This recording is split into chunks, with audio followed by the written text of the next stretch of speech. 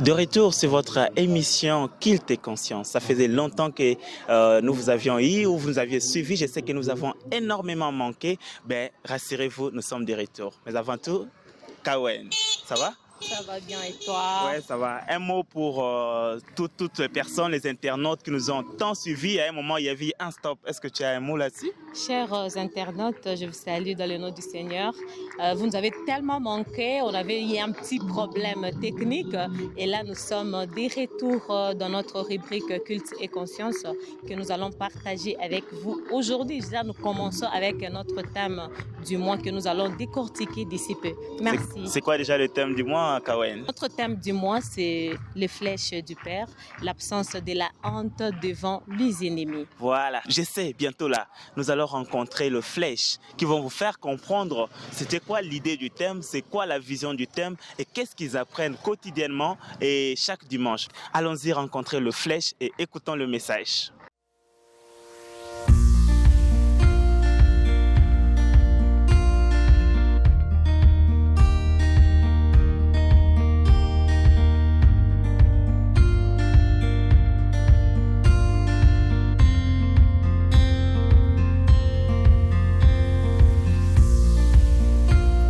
Bonjour papa. Bonjour, merci. Voilà, nous sommes en train de parler de flèche du père, l'absence de la honte devant les ennemis.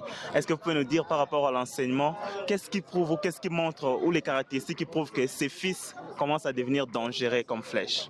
Merci beaucoup. Par rapport à ce thème, c'est un thème basé sur la famille. C'est un thème qui nous bénit beaucoup. Pourquoi? Parce que nous sommes aujourd'hui les enfants d'un père et qui est le repos d'un père pour demain. Mais aujourd'hui, le berger Ben nous a parlé des caractéristiques d'un fils dangereux et il nous a donné différents points. Entre autres, l'indépendance. Si un fils devient indépendant, à ce moment-là, il peut devenir dangereux pour le père ou pour la société. On nous a parlé sur les offenses. Un fils qui est trop offensé, qui ne sait pas pardonner, il est aussi un fils dangereux pour un père.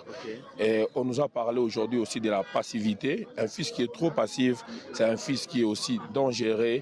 Et quatrième point, c'est les critiques. Un fils qui commence à beaucoup critiquer, il devient aussi dangereux. C'est-à-dire, on n'a pas droit aujourd'hui en tant que fils de critiquer un père, de critiquer un leader, de critiquer un mentor.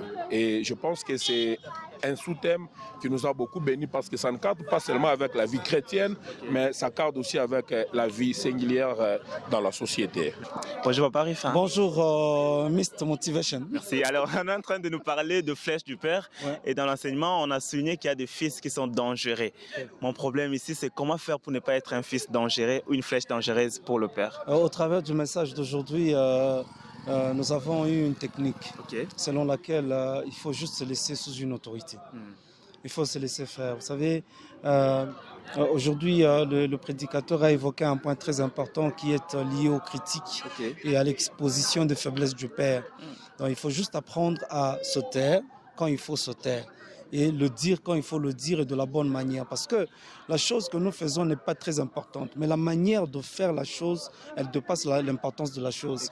D'où, même s'il y a des reproches à faire au père, il y a une bonne manière de le faire. Je ne peux pas venir au micro et critiquer mon père parce que c'est Patrick Motivation qui m'a posé la question. Vous voyez, ce serait exposer les faiblesses du père.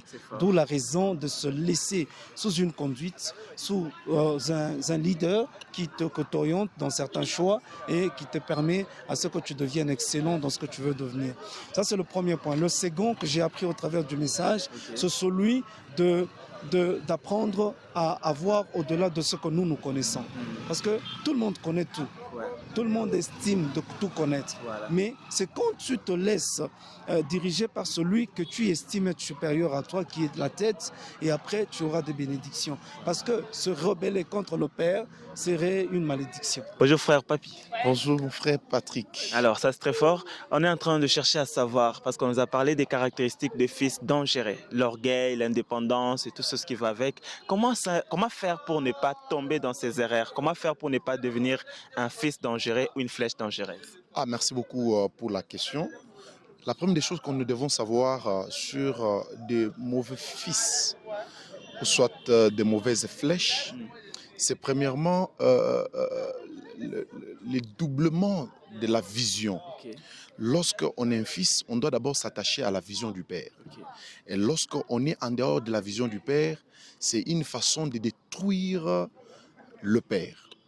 Et c'est pourquoi vous avez vu dans la Bible, lorsque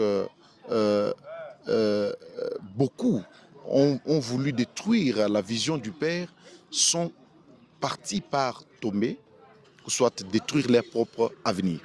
Actuellement, vous allez voir qu'il y a beaucoup de fils qui veulent arriver avant leur père. Ils pensent que réunir 10 000 personnes, ils pensent que porter des vestes, s'appeler, ou soit se faire appeler pasteur, les font ou soit les rend plus célèbres. Ce qui n'est pas le cas. Alors que si tu attends le temps, tu laisses le temps à ton père ou à la vision de ton père, tu verras toi-même que les choses vont s'avancer et se réussir facilement. Merci beaucoup, frère. Alors, nous sommes en train de parler de flèche du peur, l'absence de la honte devant les ennemis. Alors, nous avons en face de nous Berger Pascal, que je salue. Bonjour, Berger. Oui, bonjour, Dieu. Alors, tout ce qu'on veut savoir par rapport à ce thème, c'est quelles sont les caractéristiques qui démontrent que ces fils ou cette flèche commence à devenir dangereuse pour son père.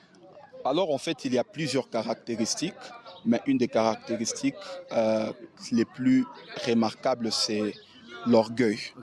Et quand vous lisez la Bible, vous allez vous rendre compte que la première rébellion n'a pas commencé sur terre, mais la première rébellion a commencé au ciel. Vous allez vous rendre compte que Dieu avait chassé les diables au ciel parce qu'il était orgueilleux.